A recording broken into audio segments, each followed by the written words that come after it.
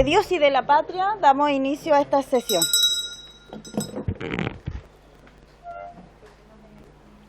Muy bien. El acta de la sesión número 24 se da por aprobada por no haber sido objeto de observaciones. El acta de la sesión número 25 queda a disposición de las señoras y señores diputados. La señora secretaria dará lectura a la cuenta. Gracias, Presidenta. Se han recibido los siguientes documentos para la cuenta. En primer lugar, oficio de Su Excelencia el Presidente de la República, mediante el cual hace presente la urgencia simple para el despacho del proyecto de ley que impulsa la participación de las energías renovables en la matriz energética nacional, correspondiente al boletín 14.755-08.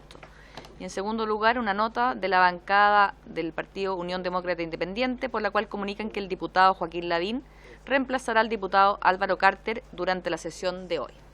Esa es toda la cuenta, Presidenta. Muchas gracias. Entonces se ofrece la palabra sobre la cuenta. ¿Sí?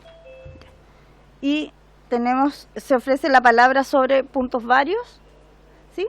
Diputado Mates.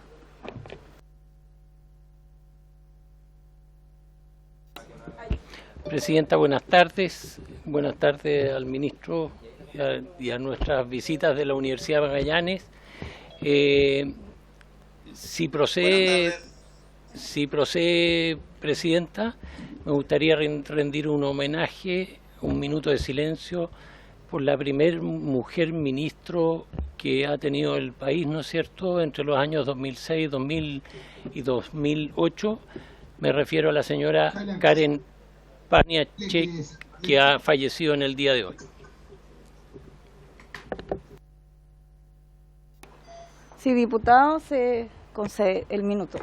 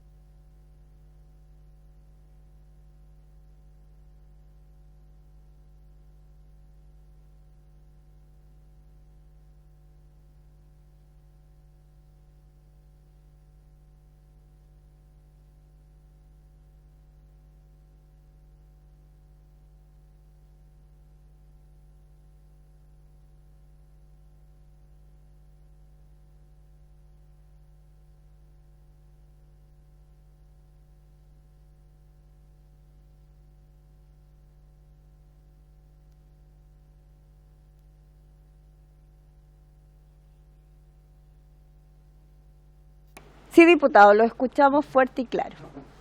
Muchas gracias. Ahí estoy presente. Ok.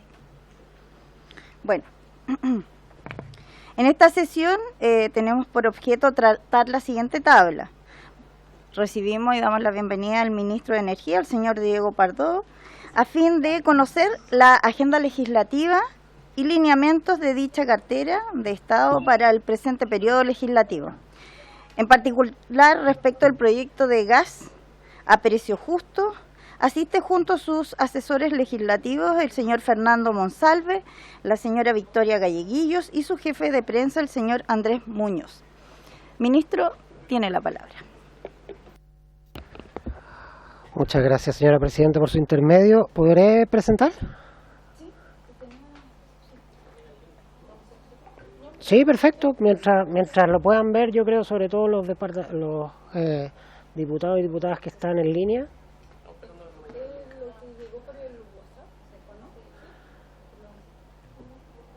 Yo lo tengo aquí, pero no sé muy bien cómo lo comparto.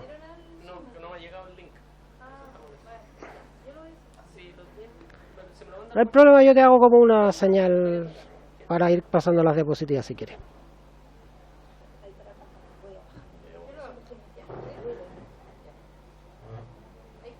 Esa es.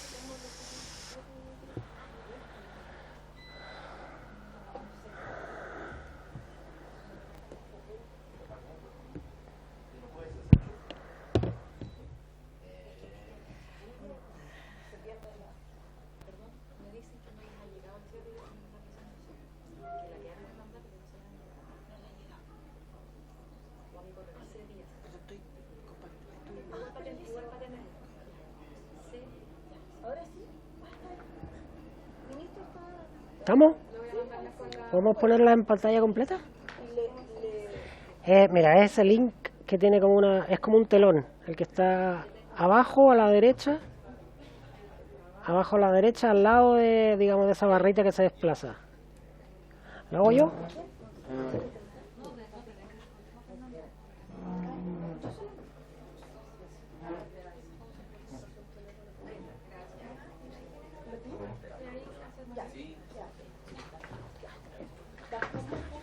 ¿Qué tal?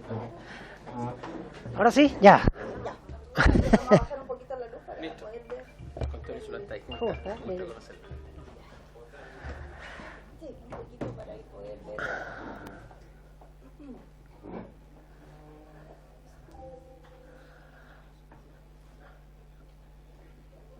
Y vamos a la siguiente diapositiva. Yo no la puedo controlar, entonces alguien la tiene. O salvo que me pase el computador. Eso, ya. A ver, un poco de contexto. El objetivo de nuestra agenda es, por cierto, fomentar la colaboración público-privada. Esto normalmente, más allá de que se dice generalmente, digamos, el Ministerio de Energía y en particular en el sector de la energía, digamos, el Estado solamente actúa más allá de su rol, o sea, actúa principalmente como un rol regulador, más allá, digamos, de la posición de NAP en el caso de los combustibles líquidos, y en menor medida, digamos, en el caso del gas natural, pero principalmente la actuación del Ministerio es como regulador de empresas privadas, por lo tanto lo que incentiva es esta colaboración público-privada, que es fundamental para la transición energética y la descarbonización. Para que tengamos un poco de órdenes de magnitud, Chile en este momento tiene cerca del 30 gigawatts de potencia instalada, y para cumplir con nuestras metas de carbono neutralidad necesitamos incorporar 25 gigas más, 25, 30 más. En el mejor año que hemos tenido, que fue el año pasado, tuvimos 2,6 gigas instalados. Entonces hay un desafío cuantitativo importante que no se agota en lo cuantitativo, también es un desafío cualitativo, porque nuestro mejor año fue un año dependiente de una sola tecnología.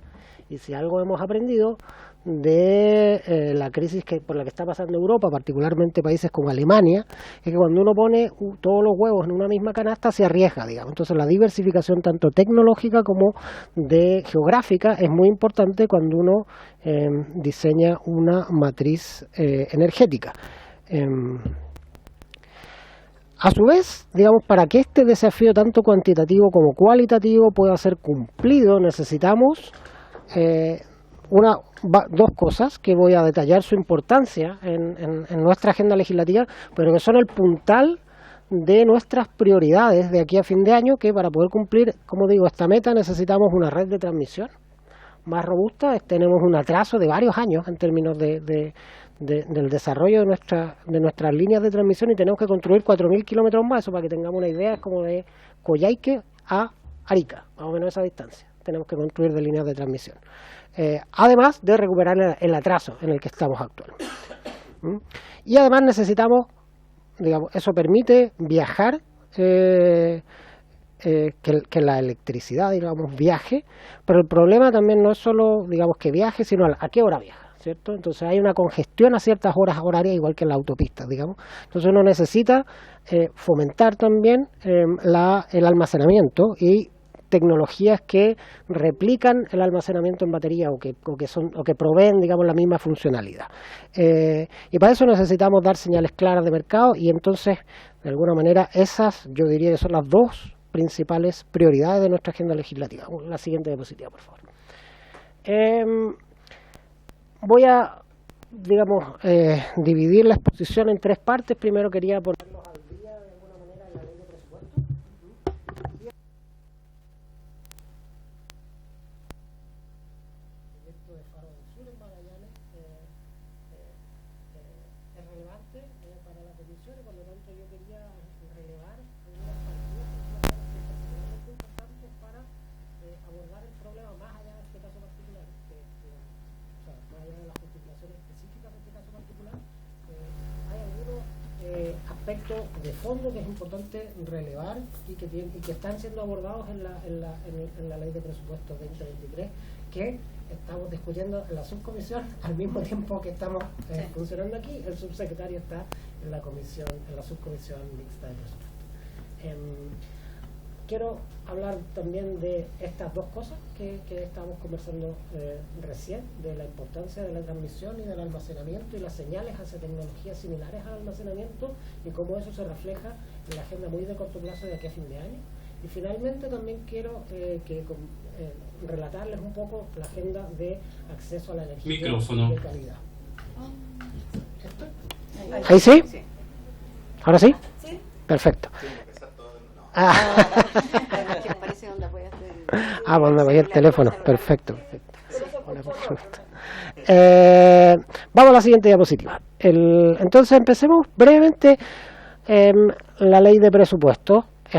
Más allá, digamos, es de público conocimiento el retiro de este proyecto eólico, Faro del Sur, en la región de Magallanes, que era el primero de esta escala que se sometía al sistema de evaluación ambiental. Más allá de que nosotros hemos tenido contacto con las empresas involucradas y con los distintos actores involucrados aquí, tengo la impresión de que este proyecto se va a volver a someter a la evaluación ambiental, por lo tanto no es, digamos, un retiro definitivo, es más bien un retiro para fortalecer la presentación del proyecto. Sí nos muestra algunas deficiencias que ojalá estuvieran corregidas, digamos, pero como no están corregidas, porque digamos ojalá esto ya estuviera hecho, pero no está hecho, y nuestra tarea es, digamos, en esta primera ley de presupuestos que nos toca diseñar, abordarlo. Y tiene que ver con tres cosas específicas, con dos de ellas corresponden a ministerios distintos, pero en una partida presupuestaria que administramos en común. Esa es una de las novedades de la Ley de Presupuestos 2023. Entonces, hay una partida presupuestaria que corresponde formalmente a Economía y que tiene que ver con participación temprana de la ciudadanía, mecanismos de participación ciudadana temprana. Eso se va a implementar. O sea, está, digamos, ese programa específico en la Ley de Presupuestos para, digamos, fomentar la participación ciudadana temprana, tanto en Magallanes como en Antofagasta, digamos, que es el otro polo de desarrollo para esta industria. Lo mismo ocurre con el levantamiento de líneas de base, que en ese caso está en esa partida presupuestaria está formalmente dentro del Ministerio de Medio Ambiente, y en nuestro caso son los planes estratégicos de energía en regiones. Vamos a tener uno Antofagasta ya tiene uno porque es un polo de desarrollo energético, y en ese polo y en ese instrumento, digamos, de planificación de polos de desarrollo se incluye el hidrógeno verde. O sea, ya tenemos hecho ese trabajo. El caso de Magallanes no está hecho porque Magallanes es un sistema mediano, está desconectado de la grilla y por lo tanto no puede ser un polo de desarrollo, pero sí vamos a tener un plan estratégico de energía en regiones que cumple o suple esa misma finalidad, y la idea es poder entregar como bien público un mapa donde se muestra, digamos, la superposición que existe entre la potencialidad eléctrica, los distintos como factores de planta que tendrían los aerogeneradores en distintas ubicaciones, con otros usos industriales y con la disposición de las comunidades, de tal manera de dar señales claras a los desarrolladores de dónde es más factible que sus proyectos se desarrollen. Digamos, esto ojalá hubiera estado hecho, no estaba hecho, lo vamos a hacer durante el próximo año. La siguiente diapositiva es lo que estaba comentando recién, así que sigamos para no... Eso respecto, digamos, de cómo la ley de presupuestos nos permite enfrentar un problema muy de coyuntura que igual quería relevar frente a esta comisión. Entonces, la siguiente diapositiva. Comencemos por la primera ley, o sea, por la primera prioridad que yo esperaría presentarle a esta comisión, que tiene que ver con el proyecto de ley que impulsa la energía renovable, o también conocido como ley de cuotas. Entonces, aquí hay un poco de contexto. Hay dos empresas que comunicaron al coordinador eléctrico su decisión de no continuar con sus contratos regulados de suministro eléctrico, y por lo tanto solicitaron que se le hicieran valer las boletas de garantía, ¿sí? Son dos casos, el caso de, digamos, Ibereólica y su proyecto Cabo Leones, y María Elena Solar, de la empresa Solar PAC. si bien, digamos, ambos contratos tienen ambas situaciones tienen un efecto limitado en el funcionamiento del sistema, o sea, para que nos entendamos, el sistema de distribución funciona con unas compras por licitación secuenciales, de alguna manera, que se van haciendo a largo plazo, y por diseño hay una sobrecontratación de capacidad. Y a eso se suma que durante el último tiempo varios clientes regulados han salido del sistema y por lo tanto están hoy día como clientes libres. Eso significa que la sobrecontratación es grande. Entonces, tenemos una sobrecontratación grande en el segmento de distribución y por lo tanto no hay un riesgo por ahora, digamos, para el suministro en términos de la cantidad, del Q, por así decirlo. Y en términos del P tampoco, porque el tamaño de estas empresas es relativamente pequeño. Pero sí nos revela algo, ¿sí? Sí nos revela algo que a mediano plazo necesitamos fortalecer las señales de mercado que estamos dando a la energía renovable, ¿sí?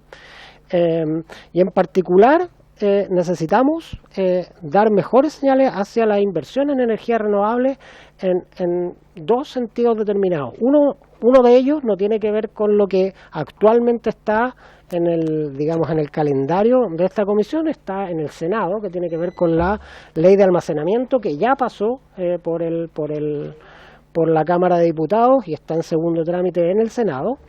Pero la segunda señal de mercado muy importante que queremos construir conjuntamente con el Congreso tiene que ver con estas dos leyes que están mencionadas aquí, que nosotros esperamos, presentar. En el caso de la llamada ley de cuotas, ya está aquí, vamos a abrir un espacio de indicaciones, que genera dos tipos de cuotas que generan además a su vez señales específicas.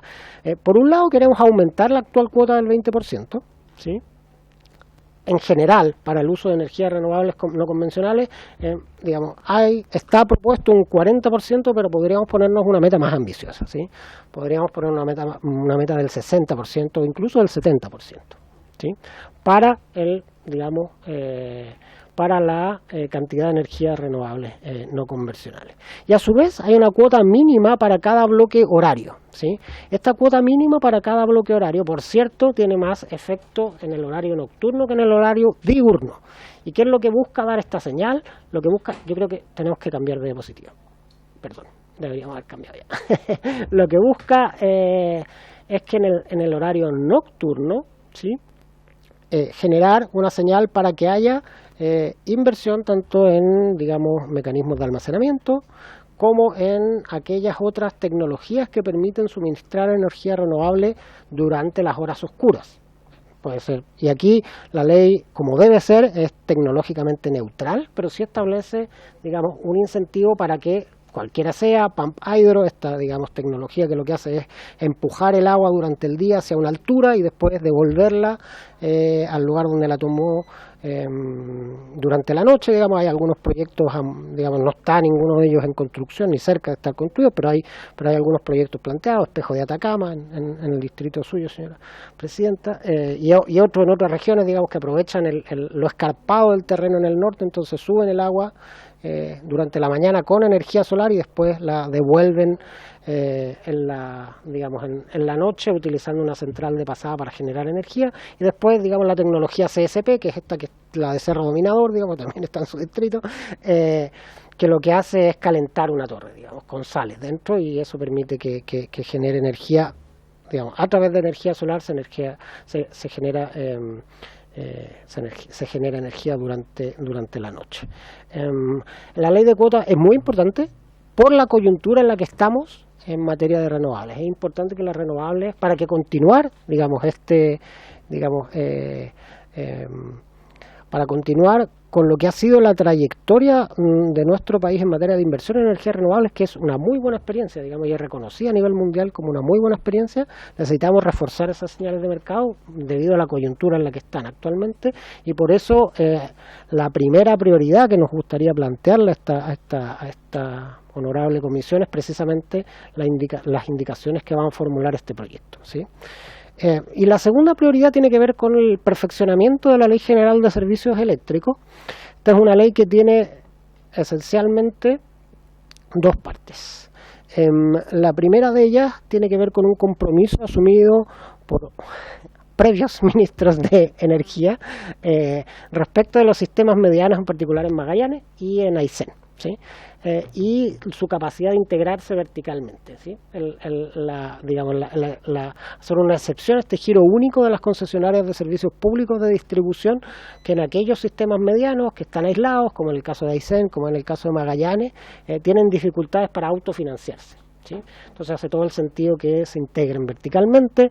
Para eso hay que generar una excepción en la ley. Esto es algo que no es polémico, que está, digamos, acordado con los distintos con las distintas actorías de manera transversal, pero digamos nunca, este compromiso nunca ha sido llevado a puerto todavía, así que la idea es ponernos al día con ese compromiso. Y en segundo lugar, es necesario hacer un cambio en el mecanismo para cómo funcionan las obras de ampliación en el segmento de la transmisión, ¿sí? Las obras de ampliación hoy en día lo que hace es que son licitadas a través del coordinador. Y lo que muestra la experiencia, esto fue un cambio relativamente reciente, lo que muestra es la evidencia de ese cambio hace algunos años, es que las obras de ampliación se demoran mucho más y no hay ahorro en precio, ¿sí? O sea, esta exigencia de licitación a través del coordinador ha generado que o sea, que los precios más o menos se mantengan, pero que las obras se retrasen mucho. Entonces, la idea es volver a un sistema delegado como el que existía antes, que a juicio de, digamos, todos los actores de la industria y las asociaciones o sea, las organizaciones de la sociedad civil funciona mejor, ¿sí?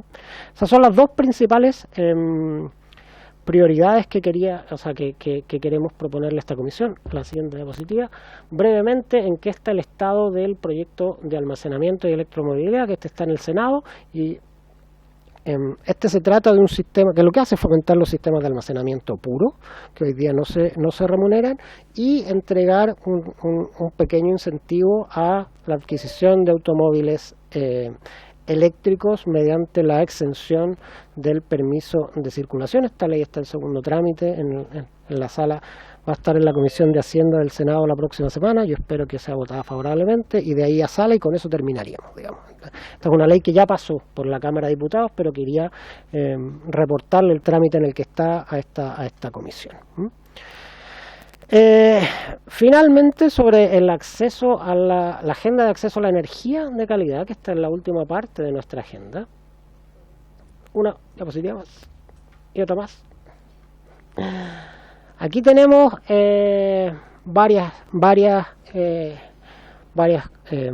varias iniciativas que también espero que le planteemos a esta honorable comisión una vez que hayamos terminado con las anteriores. En nuestro enfoque, las anteriores son más urgentes que estas por la situación en la que se encuentra la industria de las energías renovables y la necesidad de dar señales claras para dirigir la inversión privada en ese sentido.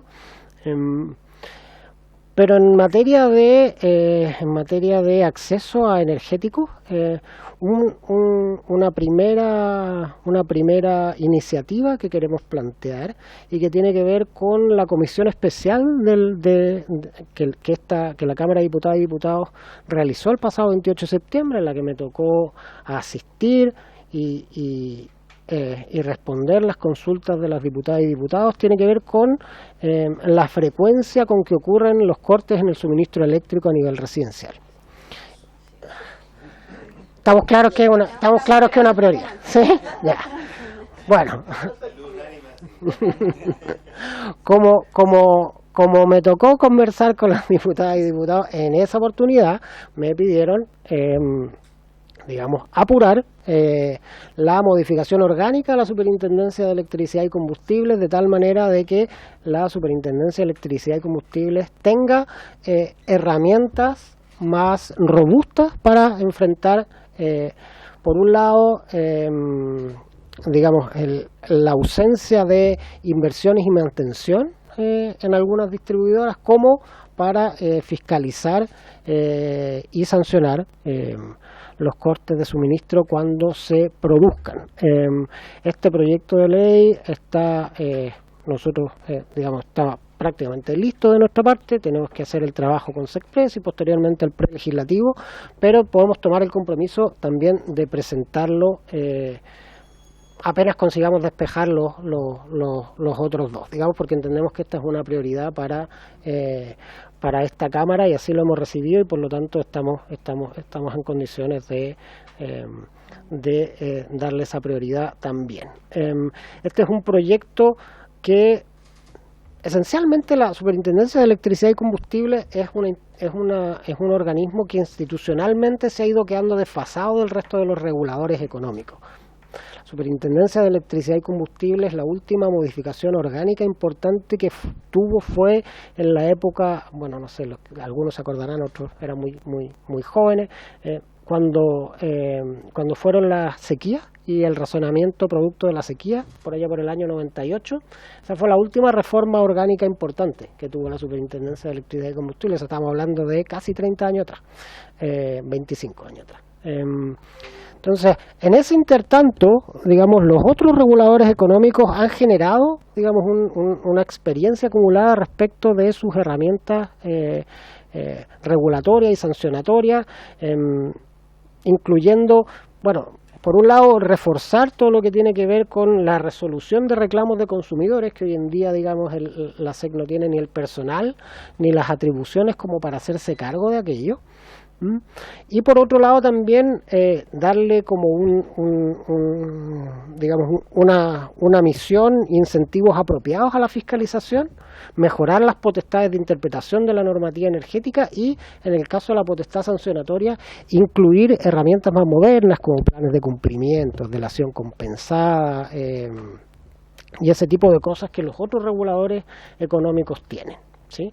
Entonces el proyecto, o sea, si uno idealmente, y si conseguimos hacer bien las cosas, la idea sería primero la ley de cuotas, después de la ley de cuotas esta ley de mejoramiento de la Ley General de Servicios Eléctricos y después, digamos, esta ley que moderniza y fortalece la SEC. Una diapositiva adicional, bueno, ahora voy a volver brevemente en lo siguiente que debería ocurrir en el Senado, que entiendo que va a ser la próxima semana también, es conversar sobre la ley corta de gas natural, que esto es algo que también fue parte de una conversación que tuvo lugar entre el ministro anterior y esta comisión.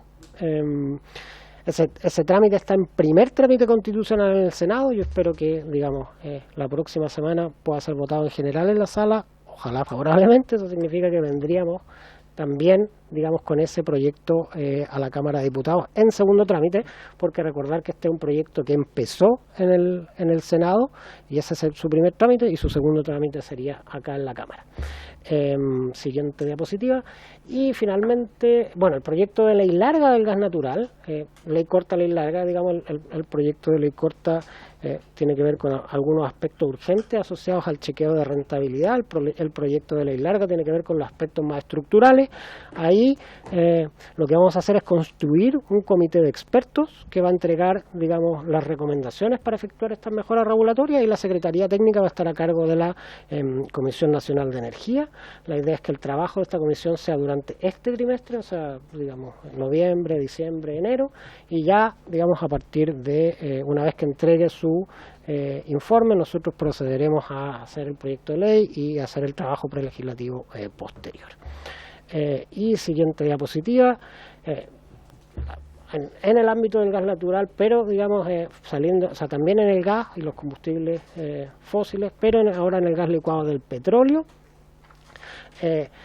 El acuerdo es, así como el gas natural empezó en el Senado, el gas licuado del petróleo debería empezar en la Cámara.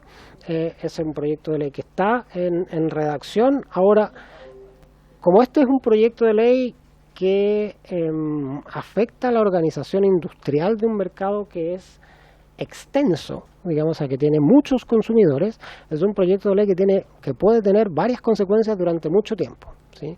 Y tenemos que estudiar un poco mejor, digamos, cuáles son las consecuencias para efectos de proponer una legislación transitoria que aborde esos efectos de la mejor manera posible. Y finalmente, que este también es un compromiso que tenemos a propósito de lo que ocurrió con el mecanismo PEC, el de estabilización de precios de la electricidad. Se abrió una mesa de pobreza energética y régimen de subsidios. Esta es una mesa energética que está, su fuente normativa es el artículo 5º transitorio de esa ley, digamos que es la ley 21.472 que incluyó este mecanismo de estabilización, y tiene por objeto evaluar la implementación del beneficio que fue incorporado en este proyecto de ley, y otras políticas dirigidas a la pobreza energética y protección tarifaria en materia eléctrica.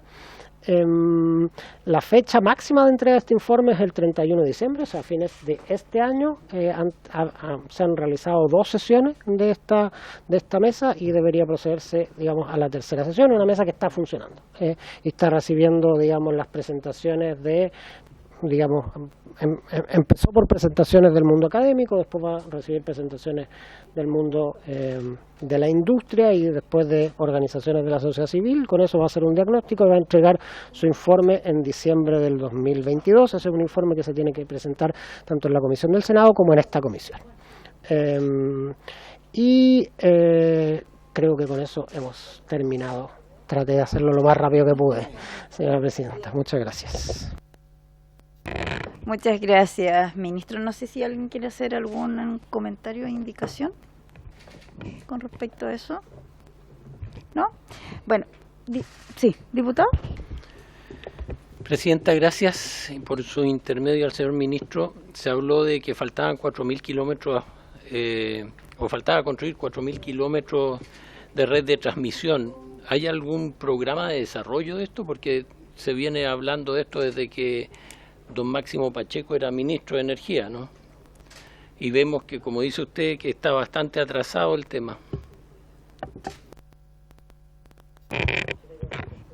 Ministro, ¿sí?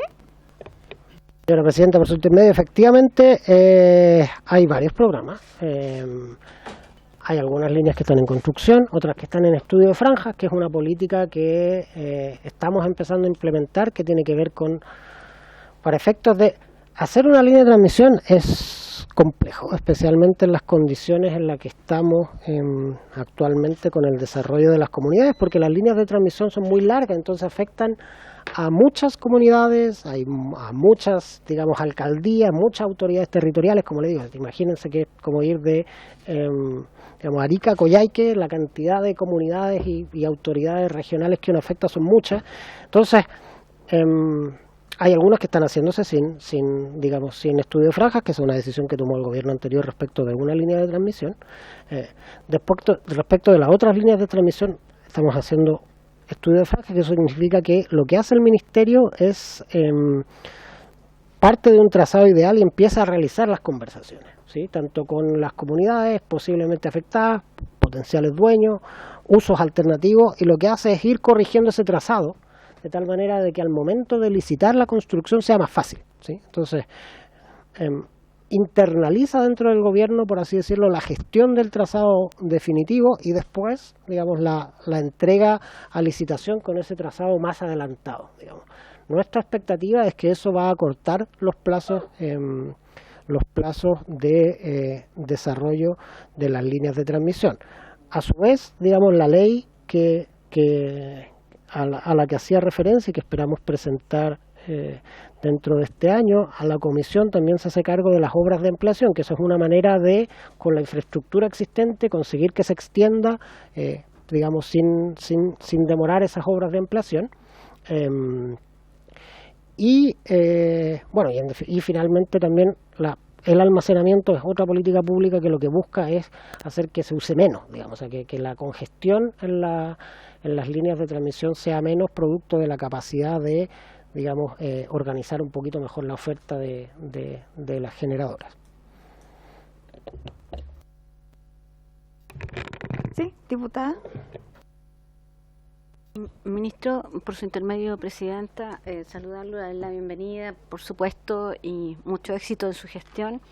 Preguntarle sobre las medidas concretas que se van a adoptar a través de la Ley de Servicios Eléctricos o bien aquella que amplía el ámbito de competencias de la SEC. ¿Cómo vamos a resolver, a afrontar desde el punto de vista del Estado, más bien, el tema del robo de cables? Los cortes, por lo menos en mi región, la región de O'Higgins, se motivan principalmente por el robo de cable, más que la falta de algún problema en la transmisión o algún corte generalizado, es el robo de cable. Y eso trae nefastas consecuencias. No vemos ninguna acción seria de parte de la CGE en la búsqueda o en la persecución penal de esto, y tampoco vemos ningún resultado. La CGE, si las personas no reclaman, tampoco se produce un descuento en sus consumos, solo se produce ese descuento si ellos reclaman. Y lo que en la otra exposición, en la sala, en el hemiciclo, también había hecho presente de que para muchas familias el corte de la luz también implica quedarse sin agua por el tema de los suministros en sectores rurales, sin internet. Hoy día la CGE funciona súper rápido, si usted hace el reclamo por internet y la gente se queda sin internet, sin electricidad, entonces es un aislamiento total. Pero el tema de robo de cable es gravísimo, gravísimo para nosotros. ¿Qué podemos hacer nosotros? Porque yo entiendo que aquí hay un tema de los privados, pero ¿qué podemos hacer nosotros frente a eso? Gracias, Presidenta. Señora Presidenta, por su intermedio. Hay de alguna manera una condición. Yo conozco el caso de la empresa a la que se refiere la honorable diputada, y lo que hay detrás de nuestra como forma de haber regulado la distribución es que, y perdón si me doy un pequeño rodeo, pero para abordar el tema de fondo, es que nuestro sistema funciona con esta idea del modelo de empresa eficiente, ¿cierto? ¿Qué significa eso? Significa que se dimensiona la infraestructura de distribución necesaria para prestar ese servicio como monopolio regulado, y posteriormente se determina cuál es la tarifa que permite financiar esa infraestructura, ¿cierto? Ahora, y después se determina, cuál es la calidad del servicio asociada a eso, ¿cierto? Ahora, nuestro sistema regulatorio solo fiscaliza la calidad del servicio, ¿sí? No fiscaliza que las inversiones efectivamente se realicen, ni que la mantención efectivamente se realice. Entonces,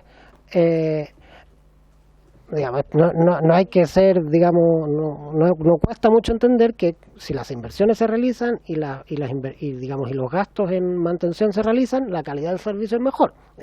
En el caso de la empresa que menciona la diputada, lo que uno observa es que la calidad del servicio efectivamente empeoró, producto de que en años previos las inversiones y los gastos en mantención fueron menores, que lo que correspondía conforme al decreto tarifario.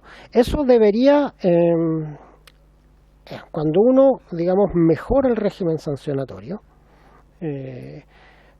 la señal que le da a las empresas es que deberían finalmente, cuando uno controla con más fuerza la calidad del servicio, eso debería repercutir en mayor inversión y mayor gasto en mantención. Entonces, la manera de abordarlo en el proyecto de ley que esperamos presentar es por esa vía, es conseguir que unas sanciones más robustas pongan los incentivos correctos en la empresa. Y respecto de las compensaciones, también es un tema que se aborda en la ley que buscamos presentar, y se incrementa, las compensaciones a consumidores por la misma razón, en la estructura, por así decirlo, antigua de regulación económica, solamente había sanciones a las empresas y las compensaciones a los consumidores como que un poco quedaban en manos del CERNAC, ¿sí? Y funcionaban como desacoplados uno del otro. El problema de eso es que, las multas van a rentas generales de la nación y cuesta mucho, que se reciclen para que lleguen al consumidor. Entonces la idea ahora es funcionar en ambos sentidos, aumentar las sanciones y mejorar el sistema de compensación a consumidores. Eso debería generar los incentivos para que las empresas hagan las inversiones que corresponden y realicen los gastos en mantención que corresponden para mantener los estándares de servicio que les exige el decreto tarifario, que es por el cual le pagan todos los consumidores, digamos. Sí. Gracias, ministro. Bueno, eso quiere decir que vamos a fiscalizar entonces de mejor manera y la ejecución. Bueno, para seguir conversando hoy día, que también ahora usted va a poder escuchar, vamos a recibir al decano de la Facultad de Ingeniería de la Universidad de Magallanes, realmente un gusto tenerlo acá, don Claudio Gómez Fuentes, y al director del Centro de Estudios de Recursos Energéticos, CERE, de dicha facultad, el señor Humberto Vidal Gutiérrez, con el objeto de que se refieran a la industria del hidrógeno verde de la región de Magallanes y Antártida chilena. O sea, muchas gracias por estar aquí. Ahí lo mencionó el ministro en su primer punto, así que tiene completa relación y les agradecemos que hayan podido participar. Le damos la palabra. Muchas gracias, presidenta. Buenas tardes a todos. Muy contentos de estar aquí. Agradecemos de verdad la oportunidad. Venimos desde las regiones a contarles el impacto que tiene esta industria para nosotros y este impacto cómo se ha visto reflejado o qué podría significar para nuestra región y cómo este impacto se va a ver reflejado y se está siendo reflejado en una universidad muy pequeña. Así que partiremos por las generalidades e iremos aterrizando poco a poco en nuestra tierra y en nuestros detalles. Entonces con Humberto... Absolutamente de acuerdo con eso y además muy orgulloso de ser la universidad estatal al final de Chile o al principio, depende como lo miremos, así que muy orgulloso de estar allí y como verán somos una universidad pequeña en número, pero en una tierra increíblemente rica, donde nos está presentando una oportunidad única que es importante compartir. Perdona, estamos ahí porque como vamos a conversar con mi colega Humberto Vidal, el director del CERE, el Centro de Estudios de Recursos Energéticos, y con él vamos a compartir una pequeña presentación con ustedes. Por favor, siéntanse libres de interrumpirnos, conversar, lo que deseen. Vamos a ver.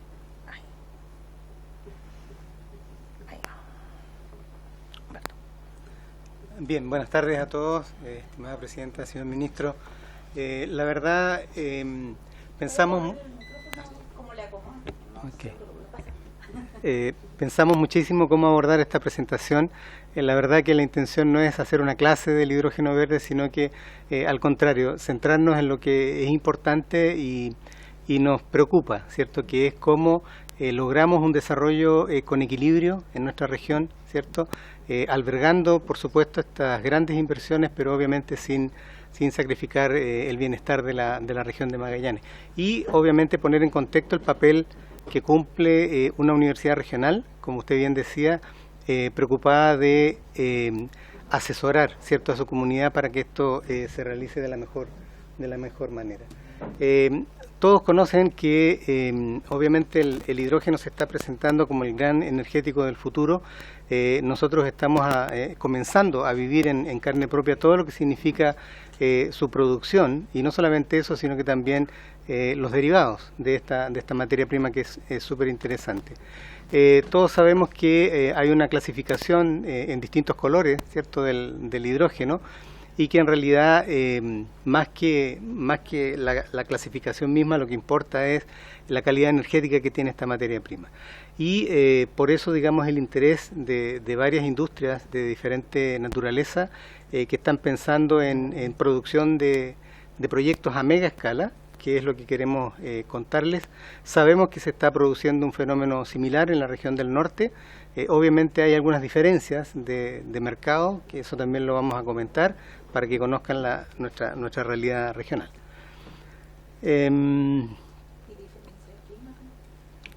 Exactamente.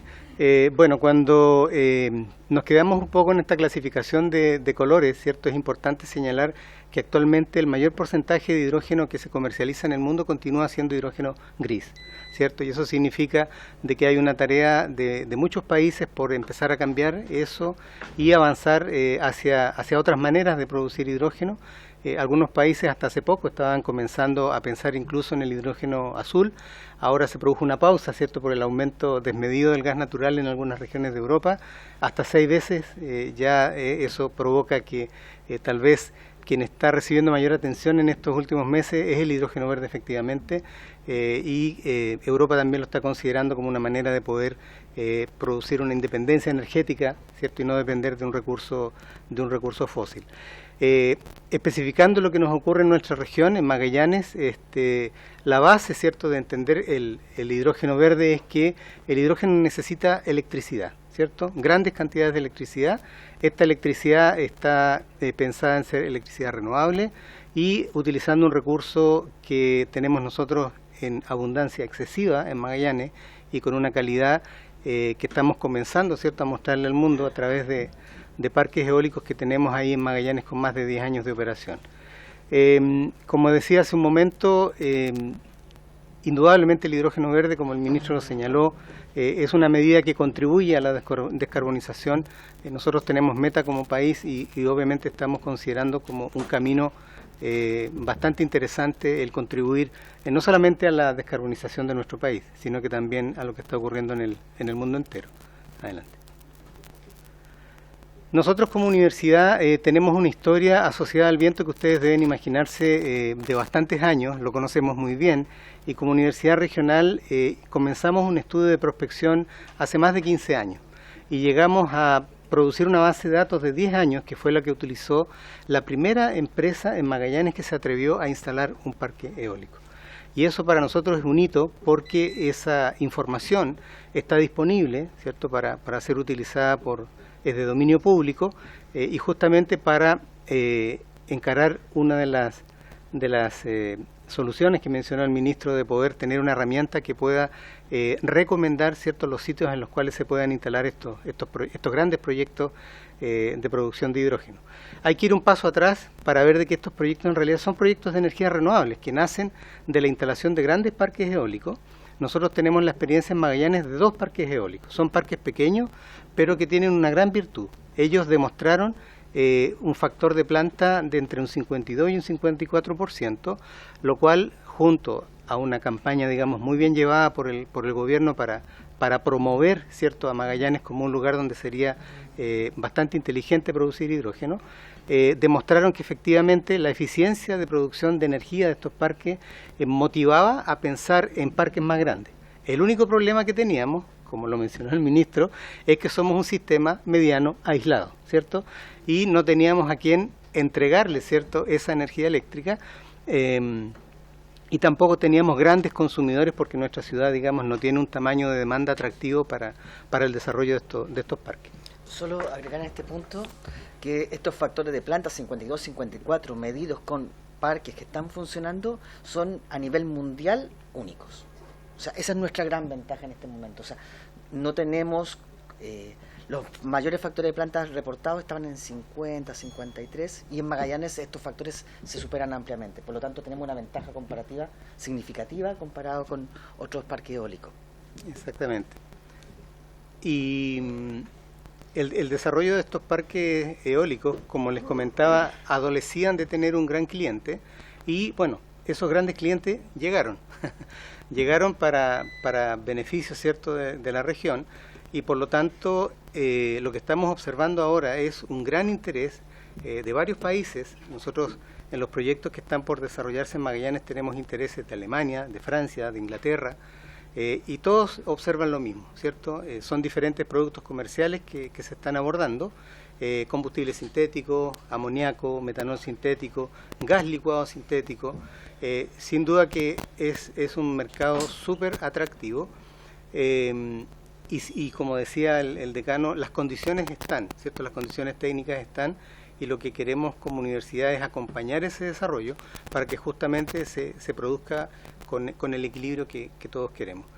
Hay que recordar de que la producción de 1 tonelada de hidrógeno recibe muy fuerte la influencia del costo de electricidad, ¿cierto? Y los grandes inversionistas se dieron cuenta que con esta calidad de viento y con estos factores de planta se podía tener en Magallanes precios de electricidad muy atractivos, que hicieran, ¿cierto?, por consecuencia, el precio de la tonelada de hidrógeno muy atractivo y en consecuencia el precio de la tonelada de amoníaco o de combustible sintético muy atractivo.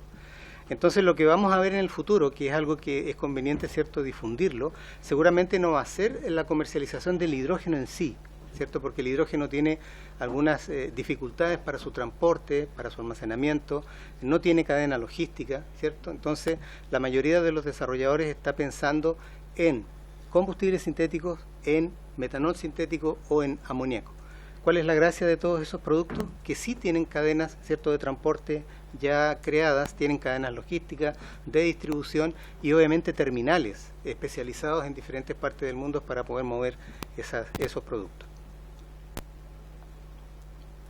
Cuando uno observa el mercado, que es algo interesante ver para entender, ¿cierto?, por qué hay tanto interés de inversionistas extranjeros, observamos que los usos que le podemos dar al hidrógeno y los derivados son de la más gran variedad. Y el único problema, que es el que también queremos plantear acá, es que, como yo les comentaba hace un momento, tenemos dos grandes polos de desarrollo, ¿cierto? Mayoritariamente Antofagasta, ¿cierto?, en el norte, Magallanes en el sur, pero con diferencias, ¿cierto?, porque en Antofagasta, en el norte, hay una gran cantidad de clientes, ¿cierto?, que podrían utilizar esas materias primas. En cambio, en Magallanes, el modelo económico está pensado en exportación. Y nuestro gran desafío es, como región y como institución de educación superior, es pensar de qué manera, ¿cierto?, podemos dejar o crear alguna demanda local de esos productos, ¿cierto? Es decir, no ser solamente un lugar que permita, ¿cierto?, la producción, sino que también de alguna manera se integre en la economía regional estos productos, ¿cierto?, como el hidrógeno o la gasolina sintética. Los números son gigantes, no me voy a detener aquí, ustedes lo han visto ya. A veces no nos gusta hablar mucho de esto porque a veces crea expectativas demasiado felices, ¿no? Y preferimos pensar en los desafíos que estos grandes proyectos pueden traer, ¿ah? y gastar nuestro tiempo en justamente ver cómo hacemos que esto se produzca, ¿ah? Porque lo que estamos viendo también en otras regiones es que hay una serie de actores que deben estar coordinados, ¿cierto?, para que se puedan levantar algunas brechas que todavía el país tiene, ¿cierto? Brechas de regulación, brechas de infraestructura, que pueden en algún momento, ¿cierto?, producir alguna demora, ¿cierto?, en estos proyectos. Brechas también, ¿cierto?, de nuestra legislación ambiental. Adelante. Tengo que hablar del amoníaco y porque ustedes van a entender muy bien. En Magallanes tenemos 8 proyectos que han visto la luz pública y todos ellos menos uno son de producción de amoníaco. Entonces tengo que explicar por qué tanto interés, ¿cierto?, en el amoníaco. El amoníaco, más del 50% del hidrógeno del mundo se utiliza para producir amoníaco. Ese dato es muy interesante, ¿cierto?, porque es un mercado muy grande, ¿cierto?, de producción de amoníaco. ¿Y el amoníaco para qué se usa? Que es lo otro, ¿cierto?, que la gente se pregunta. Básicamente hasta ahora en producción de fertilizantes, ¿cierto?, que es algo tremendamente importante para el mundo, fabricación de explosivos para empresas mineras, y últimamente uno de los usos con más proyección es como combustible marítimo. La Organización Marítima Internacional ya ha dado luces de que va a comenzar, ¿cierto?, a exigir cuotas para los transportes de alto tonelaje, ¿cierto?, estos barcos transoceánicos de 10.000 containers, que imagínense la cantidad de petróleo que queman, y eso es una buena señal, y por eso hay mucha gente desarrollando motores para amoníaco y justamente explorando este mercado que se visualiza inmenso, solamente en este subproducto del hidrógeno. Ese mapa es absolutamente intencional, es para que ustedes vean la cantidad de terminales portuarios que hay de amoníaco. La cantidad de amoníaco que se transporta es impresionante, es una industria que nosotros no conocíamos, pero que obviamente el interés de los desarrolladores por este producto explica por qué están haciendo esa apuesta. Además hay una empresa nacional que ustedes conocen muy bien, ENAEX, ¿cierto?, que tiene un proyecto que nosotros le tenemos muchísima fe a ese proyecto, creemos que va a ser un proyecto transformador y que va a no solamente dejar de importar cierto amoníaco, sino que va a también generar una capacidad de exportación en ese punto del país. Nosotros hemos venido observando, ¿cierto?, el apoyo que el gobierno está colocando justamente en su agenda en esta industria, y la verdad que nuestro deseo como universidad es que justamente puedan aparecer estos apoyos para desarrollar estudios de línea base, estudios de bienes públicos, de tal manera que podamos generar la mejor información para que los desarrolladores, ¿cierto?, puedan avanzar en el desarrollo de estos proyectos. Adelante. Ha resultado fundamental, por ejemplo, que Chile tenga una estrategia de hidrógeno verde. Esto, lo interesante también en la gira, presentar el hidrógeno verde a Chile como un productor importante de hidrógeno verde fuera de nuestra frontera ha sido fundamental. Reconocido por uno de los proyectos que van más avanzados. Tenemos 3 proyectos avanzados: HIF, Total Eren y Austria Energy. Por ejemplo, uno de los inversores reconoce que se eligió a Chile por tener estrategias de hidrógeno verde. Entonces, el dar seguridad a los inversores nos está haciendo atractivos. Entonces, esto ha sido fundamental, o sea, ha sido y debe seguir siendo fundamental el apoyo del gobierno para dar seguridad de inversión, y esto nos ha diferenciado, por ejemplo, de nuestros vecinos. Sí. Argentina tiene experiencia produciendo, tiene campos, está generando mano de obra, ahí Humberto lo conoce mucho mejor, pero no tiene una estrategia de hidrógeno verde. Y si consideramos en la Patagonia reconoce poco de fronteras. Entonces nuestras ventajas, digamos, en cuanto a factores de planta esperables, sí podríamos pensarlas ser similares en Argentina. Sin embargo, Chile, al mostrar un mapa ordenado, un ordenamiento sobre las posibilidades de inversión acá, eso nos da una ventaja significativa. Como les mencionaba, los proyectos que tenemos identificados y que se han acercado de alguna manera a conversar con la Universidad de Magallanes, son 3 los que han conversado con nosotros. El proyecto del consorcio de HIF, de producción de combustible sintético, Total Eren, ¿cierto?, que es producción de amoníaco, empresa francesa, y Austria Energy. No obstante, también hemos tenido contacto con los otros proyectos, y lo que visualizamos en este momento es que hay una expectativa muy grande de los desarrolladores por ver cómo les va, ¿cierto?, a los primeros que van a pasar por todas estas etapas, ¿cierto?, que exige la legislación. Y eso nos lleva justamente a nuestro papel. A nuestro papel como universidad es conversar con los desarrolladores, entregarles la mejor información y de alguna manera también asistirlos con el conocimiento local, ¿no?, de la región, puesto que la mayoría de ellos son gente de otros países y por lo tanto estamos cumpliendo esa función. Este es el proyecto que ustedes conocen, el proyecto piloto del consorcio HIF, que apunta a la producción de gasolina sintética. Está en un estado de producción ya de un 85%. Creemos que probablemente a fin de año pueden haber novedades de producirse la primera molécula de combustible sintético. Realmente hemos seguido ese proyecto muy de la mano y creemos que este emprendimiento en particular ha sido muy inteligente, ¿no?, porque es un proyecto de investigación y desarrollo prácticamente, en el cual la empresa quiere mostrar, ¿cierto?, que la tecnología es capaz de producir combustible sintético en Magallanes de manera competitiva, y eso esperamos que se logre. Respecto a este primer proyecto, volvemos a lo mismo, lo que pasó con la evaluación de la primera fase comercial. Una vez que se aprobó el proyecto en la planta piloto, lo que está avanzado un 85%, bueno, hubo días históricos, hubo mucha difusión de lo que ocurrió. Se habló de que podríamos tener una industria tan importante como el cobre, o sea, de ese nivel de transformación estamos hablando. Y se presenta que Chile tiene precios bajos de energía renovable, esa es nuestra gran ventaja. Tenemos ventajas logísticas. Magallanes tiene una infraestructura subutilizada que viene heredada de la industria petroquímica, por lo cual es interesante, y la estabilidad regulatoria nuevamente es fundamental para la elección de estas inversiones.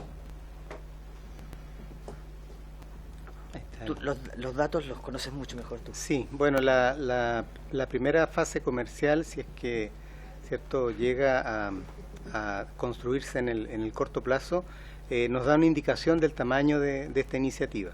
75 millones de litros de combustible es para una primera fase comercial bastante, y en realidad si es que esto se produce seríamos observados por todo el mundo, porque Es una solución cortoplacista, ¿cierto?, de impacto a la descarbonización, puesto que es un combustible sintético que va a ser usado directamente en motores, no requiere transformación de motor y por lo tanto estaríamos desde Magallanes produciendo combustible sintético para el mundo. Hay otras iniciativas como el proyecto francés de Total Eren, que lo que más llama la atención son sus escalas, escalas muy grandes, incluye construcción de un terminal portuario y también obviamente estamos acompañando, tenemos convenio firmado con ellos justamente para poder entender cómo van a hacer realidad un proyecto de esas dimensiones. Ese proyecto está ubicado en una localidad que se llama San Gregorio, en camino, digamos, a la frontera con Argentina. Sí, exactamente.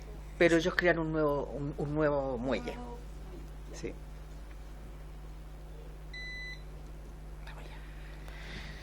Tú. Sí, bueno, la pregunta que nos hicimos, ¿cierto?, en los primeros meses de trabajo es si realmente nos quedamos todos felicitándonos por las condiciones técnicas que tenemos o ocupamos el tiempo en las cosas que nos van a dar más dolor de cabeza. Y la verdad es que llegamos a la conclusión de que la universidad tiene que ocuparse de ver cómo avanza en el levantamiento de las brechas de formación de capacidades humanas. Nosotros estuvimos viendo los números de las empresas, las estimaciones de mano de obra, tanto en las etapas de construcción como después en las etapas de operación, y la verdad es que si no comenzamos pronto, no vamos a llegar a tener, ¿cierto?, la mano de obra necesaria para responder. La verdad que uno tampoco puede ser tan inocente de creer que esos 3 proyectos van a entrar al mismo tiempo, ¿cierto? Probablemente no va a ocurrir así porque la capacidad, digamos, de varias infraestructuras no lo van a hacer posible, pero estamos completamente conscientes como universidad que tenemos que, bueno, ya estamos trabajando y vamos a mostrar algo de eso, estamos trabajando en este aspecto que fue relevado hace mucho tiempo. Sencillamente, no sé si decir Magallanes, pero tal vez Chile no está preparado para esta industria en términos de formación. Así es, así es. Sí, la potencialidad de demanda de profesionales, estamos hablando del 2050, 3.000 empleos permanentes, con pic de construcción de entre 5.000 y 7.000 personas. Entonces, esto es muchísima gente, la cantidad de inversiones es muchísima. Entonces, necesitamos desde técnicos que sepan soldar hasta ingenieros que puedan diseñar estos parques, trabajar en ellos, controlarlos. Respuesta que tenemos que dar como país, como universidad, especialmente universidad estatal, ¿qué profesionales que requieren industria? Estamos conversando con ellos, ¿qué competencia y capacidades? Y cuando hablamos de competencia y capacidades estamos hablando de desde la cosa técnica hasta las habilidades blandas. ¿Necesitan manejar idiomas? ¿Cómo va a ser la interrelación con estas inversiones externas? ¿Qué perfiles necesitamos tener estos profesionales? ¿Cuál es la oferta de capacitación? ¿A quién la dirigimos? ¿Qué líneas de investigación y estudios debemos priorizar? Esto es importante porque la idea es no quedarnos como una región solamente que recibe esta inversión, que se genera energía, la cual se transforma en combustible o en amonio y se va para afuera, sino transformarnos también en socios, en partners de esta empresa que está viniendo con una tecnología puntera. Sí, hemos estado trabajando en un ecosistema que creemos que es la solución. Nosotros tenemos que integrar a la industria, al gobierno regional, a las instituciones de educación y sentarnos todos en una misma mesa a ver cómo formamos este capital humano. Sabemos que no lo podemos hacer a puerta cerrada, ¿cierto? Necesitamos crear ese ecosistema, hemos venido avanzando y tenemos ya, gracias a una mesa de trabajo que inició Corfo y el gobierno regional, esa mesa se reactivó este año, vamos a seguir trabajando en eso y créanme que es muy importante tener a los representantes de sectores de la comunidad involucrados en apoyarnos en cómo crear esta formación. Indudablemente la universidad no lo puede hacer sola. Acciones concretas, como dije, partíamos de lo general y terminamos en lo particular. Nuestra universidad, con los 2 proyectos que van avanzados, hemos firmado convenios, queremos trabajar con ellos, necesitamos trabajar con ellos. Y así como estamos dispuestos a firmar convenios con los desarrolladores, también con otras casas de estudio, queremos transformarnos en un centro, no queremos estar aislados, queremos crecer en cooperación con los demás. Aparte de estos convenios, ¿qué cosas hemos logrado en concreto? Bueno, creamos el primer laboratorio de combustibles sintéticos, de combustibles que hay al menos en Latinoamérica. Esto fue una inversión junto con GIF. Nosotros colocamos la capacidad para el diseño de este laboratorio, colocamos el espacio, y GIF colocó la inversión, digamos, en los equipos, los cuales después de un tiempo pasan a ser totalmente de la universidad. Esto que nos posiciona como una universidad con un equipamiento puntero. Estamos hablando de una inversión de $1 millón en el laboratorio, que nos permite hacer, por ejemplo, prestar servicio a esta nueva industria. Otra cosa que es importante, estamos hablando de cómo usamos o cómo creamos, lo que decía Humberto, la necesidad de consumo de este hidrógeno en la población. Entonces, podemos mezclarlo, o sea, cómo hacemos que este GLP llegue, sea verde, o cómo este hidrógeno se mezcla con el GLP actual. Eso necesita investigación, y en el proyecto con GIF, si bien no está construido, ya está considerado el espacio para la creación de este laboratorio. ¿Algún detalle? Sí, un laboratorio de combustión que lo que pretende es dar lugar a investigar de qué manera estas mezclas de hidrógeno con gas natural podrían llegar a usarse en el ámbito domiciliario, ¿cierto? Es decir, tener un laboratorio que podamos ensayar calderas, calentadores, estufas, de tal manera de poder estar un paso adelante de SEC, ¿cierto? Para poder validar que estos equipos puedan funcionar con seguridad, sobre todo con estas mezclas de hidrógeno y gas natural. Perdón, solo para contarles, porque hay mucha gente que cuando uno habla no conoce Magallanes ni tampoco tiene esa realidad. Contar que en las casas uno tiene calefacción de gas natural, y este nuevo producto quizás pudiera ayudar, y eso también es importante. Es fundamental. Como región somos carbono negativo. No producimos carbono, sino lo consumimos por la naturaleza que tenemos. Sin embargo, cuando dividimos la huella de carbono por cantidad de personas, tenemos la huella de carbono más alta de Chile. Eso se debe a nuestro uso de calefacción. Entonces, evidentemente, el incorporar hidrógeno verde o combustibles a la comunidad, a la ciudad, esto nos bajaría la huella de carbono significativamente. Entonces, estamos hablando de un efecto económico, pero también de un efecto ecológico, y que se refleja directamente en la comunidad. Eso es increíblemente importante. La formación de capital humano. ¿Cómo hemos enfrentado esto? Tenemos los estudiantes de ingeniería y en general los estudiantes. Lo más fácil, lo más rápido que podemos hacer es colocar acentos en su formación. Cuando damos ejemplos de diseños, considerar esta industria verde. Esto lo estamos haciendo ya desde hace un año, juntamos ejemplos, entonces para que los estudiantes se empiecen a familiarizar con la idea. Después, ¿qué queremos hacer? Queremos que nuestros estudiantes tengan un sello. Un sello, queremos crear un minor. ¿Cómo funcionaría un minor? Usted está estudiando una carrera, tome cursos adicionales, y nosotros le reconocemos, después de tomar una serie de cursos, que usted tiene una especialización. Entonces, al titularse el estudiante, su currículum está mucho más abierto y sabe que está preparado para esta nueva industria. Y no es nuestra prioridad, somos una universidad, hablamos de una universidad pequeña en número de estudiantes, el crear nuevas carreras. Estas solo creemos que se deben crear en el caso que sean absolutamente necesarias. Sí, en el caso de los técnicos es más fácil, son carreras de 2 años, se pueden y se deben crear, pero cuando hablamos de carreras de 5 o 6 años, cuando estamos de 4 a 6 años, estamos hablando de carreras que ya están consolidadas. El hidrógeno verde es una gran oportunidad, pero no es nuevo, nada nuevo bajo el sol. Lo que es nuevo es la conjunción de las distintas partes para generar este hidrógeno verde. Pero digamos el conocimiento básico está en las carreras clásicas y las que queremos potenciar. Nuestros exalumnos, como queremos adaptarlos, con un diplomado en hidrógeno verde y energías.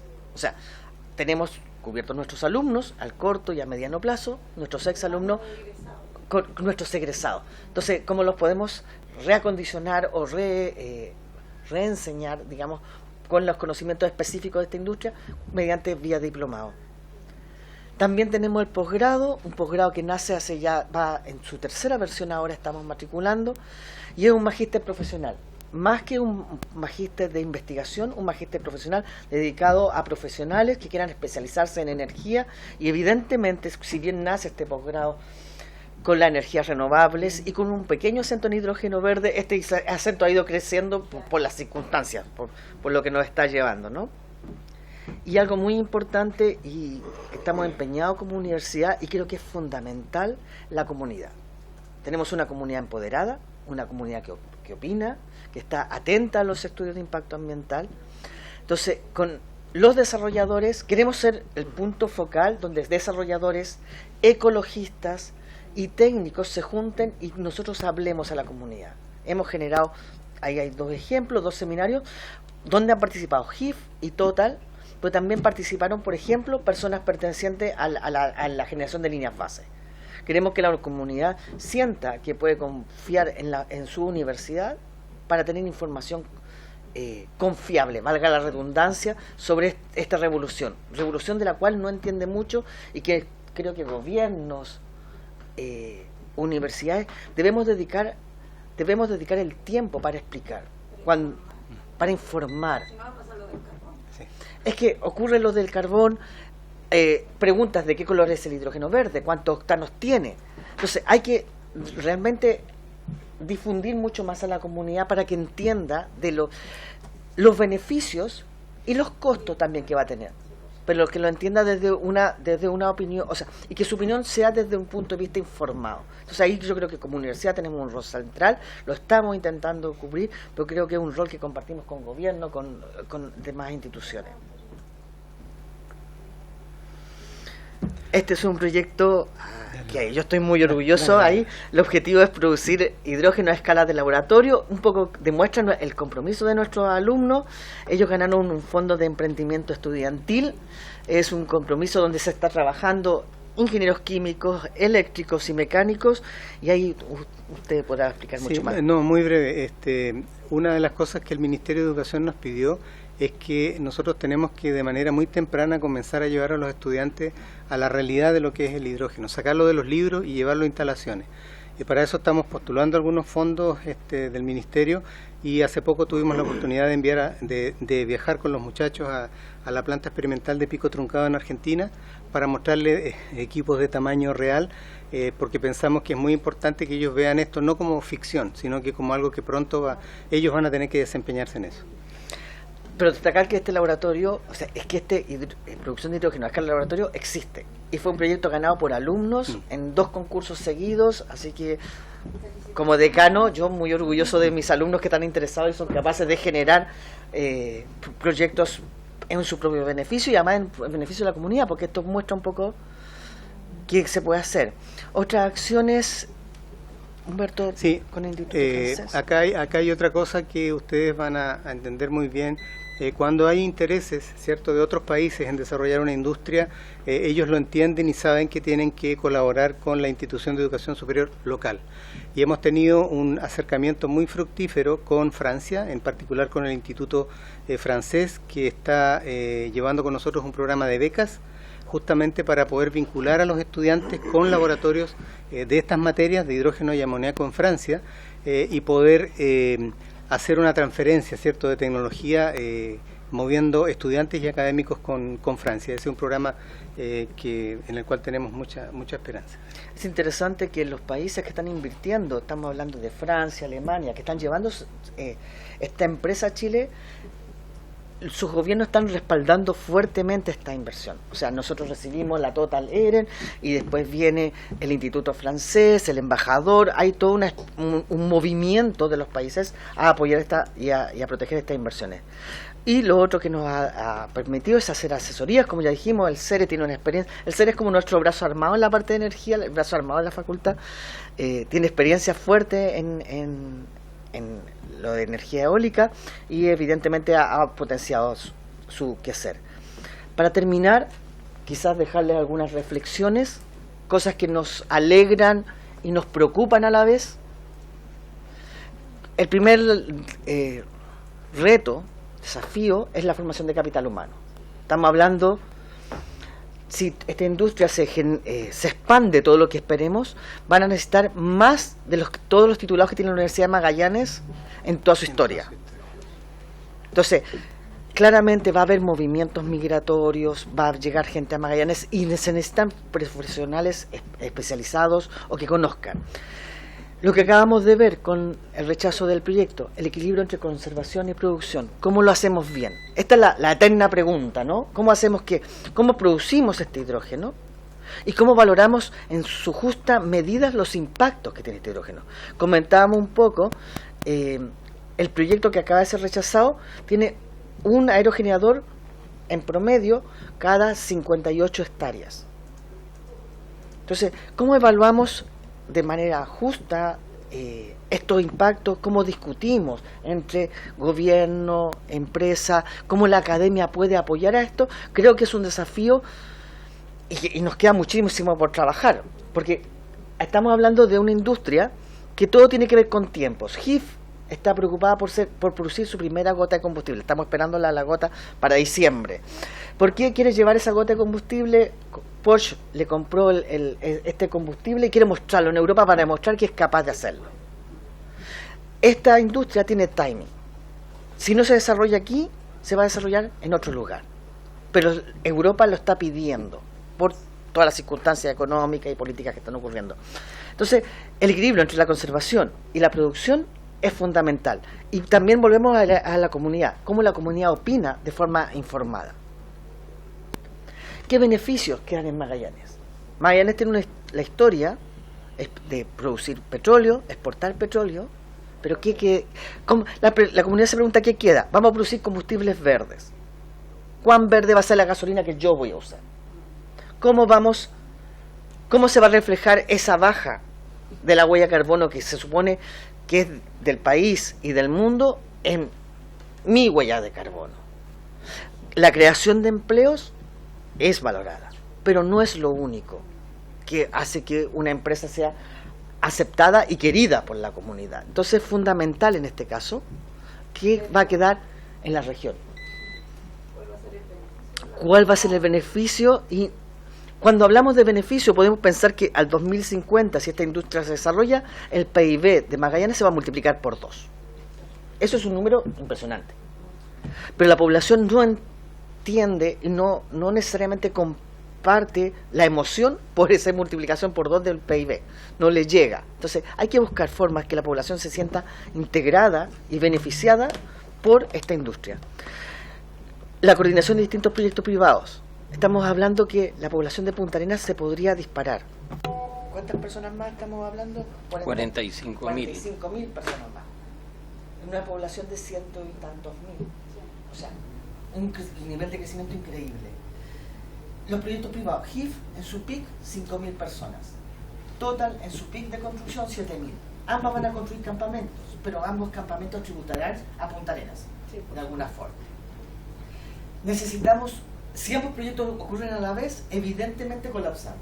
Entonces el Estado, de alguna forma, los privados, debemos llegar a coordinar esto para generar un desarrollo armónico. ¿Cómo generamos un desarrollo armónico en el territorio y en el tiempo para el desarrollo de estos proyectos? Entiendo que no es una labor usual del Estado, la coordinación de micrófono, por favor. Disculpe, micrófono, no se escucha. Acá. Perdón.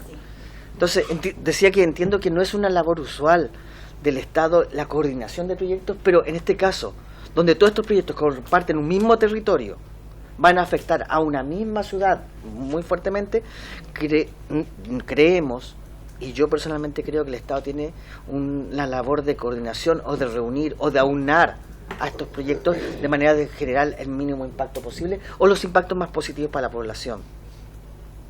Finalmente tenemos lo que hablábamos, el crecimiento de la población. ¿Cómo soporta un hospital regional el aumento de personas? ¿Qué pasa con los colegios? El valor de la tierra. De hecho, los servicios básicos, los arriendos. Entonces, y en sí, la vida de una comunidad. Perdón que interrumpa. Sí. En sí también pensar, y ahí le va a tocar al gobierno participar arduamente, porque ver lo que va a impactar también en la comunidad. Estamos pensando que es una comunidad tranquila, donde todo el mundo se conoce. Esto es realmente un impacto a corto plazo quizás, entonces Es un tema importante para el vivir de un magallánico que vive tranquilamente el día de hoy, digamos. Nuevamente toma más relevancia el que el magallánico entienda qué está pasando. Porque si de repente te encuentras con un aumento explosivo de tu ciudad, donde el hospital ya no es tan cómodo, donde los transportes, todo se ha complicado y no entiendes por qué está pasando, ¿cómo hacemos que ese magallánico entienda que esto tiene un beneficio? Para terminar, o sea, terminamos con estos retos, estos desafíos. Estamos frente a una gran oportunidad. Como universidad queremos ser parte, queremos ser vínculo entre la comunidad, los desarrolladores y el gobierno. Queremos que este conocimiento que está llegando desde afuera se apodere y se empodere en Magallanes. Para eso estamos dispuestos a hacer asociaciones con otras universidades, con los desarrolladores, con el gobierno estamos trabajando. Pero también es un problema de tiempos. ¿Cómo hacemos que esta industria se desarrolle ahora o en el muy corto plazo? Porque claramente es el momento del hidrógeno verde. Eso queríamos compartir con ustedes. Bueno, agradecer esta exposición. También pido disculpas haberlos interrumpido, pero me apasiona. Yo conozco la región y por supuesto que uno comprende lo que va a impactar. Por eso hay un llamado a nuestras autoridades, ¿cierto? Al gobierno que visite la región, que vea esta realidad, porque de verdad es importante. Esta comisión va a estar también disponible para que podamos ser gestores. Agradezco al diputado Matheson, que le voy a dar la palabra para que pueda hablar, que nos haya permitido, porque también coincide con lo que nos hablaba el ministro. Así es que yo creo que aquí hay una importante tarea, así como el norte se está potenciando, vemos como en el extremo sur hoy día tenemos otra luz que es muy importante en este nuevo desarrollo. Así es que gracias y cuenten con esta comisión que capaz que tenga que ir a Magallanes a sesionar en algún minuto, quién sabe. ¿Sí? Bueno, vamos a darle la palabra al diputado Matheson y de ahí al ministro. Sí, gracias, presidenta. Yo le quería pedir a los expositores que comentaran un poco. Ellos la semana pasada estuvieron en Argentina, Pico Truncado, viendo un campo de aerogeneradores que es de 35 de estos, vuelvo a repetir, aerogeneradores, ¿no es cierto?, y que son de mayor dimensión que el que se está instalando en Punta Arenas, para que comenten un poco cuál es su experiencia y cómo ellos vieron que afectó al medio ambiente principalmente. El aerogenerador de Magallanes tiene el pilar, digamos, tiene 110 metros de altura y las hélices tienen 80 metros de largo. Y los de Argentina son aún un poco más grandes. Entonces quería que comentaran un poco.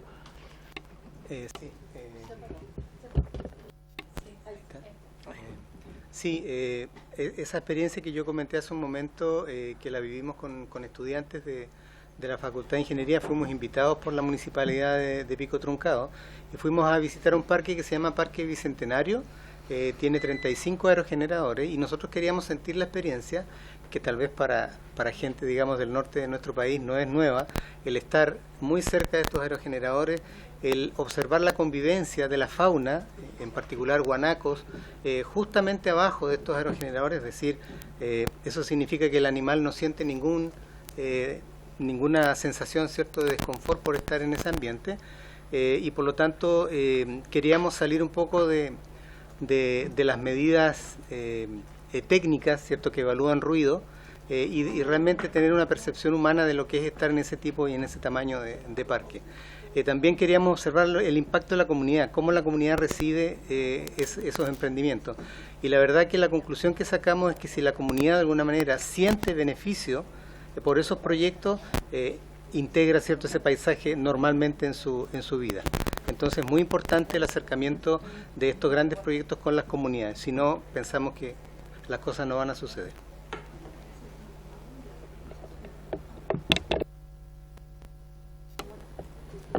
Ay, sí. Muchas gracias. Ministro, ¿quiere hacer alguna apreciación antes para ir cerrando la comisión?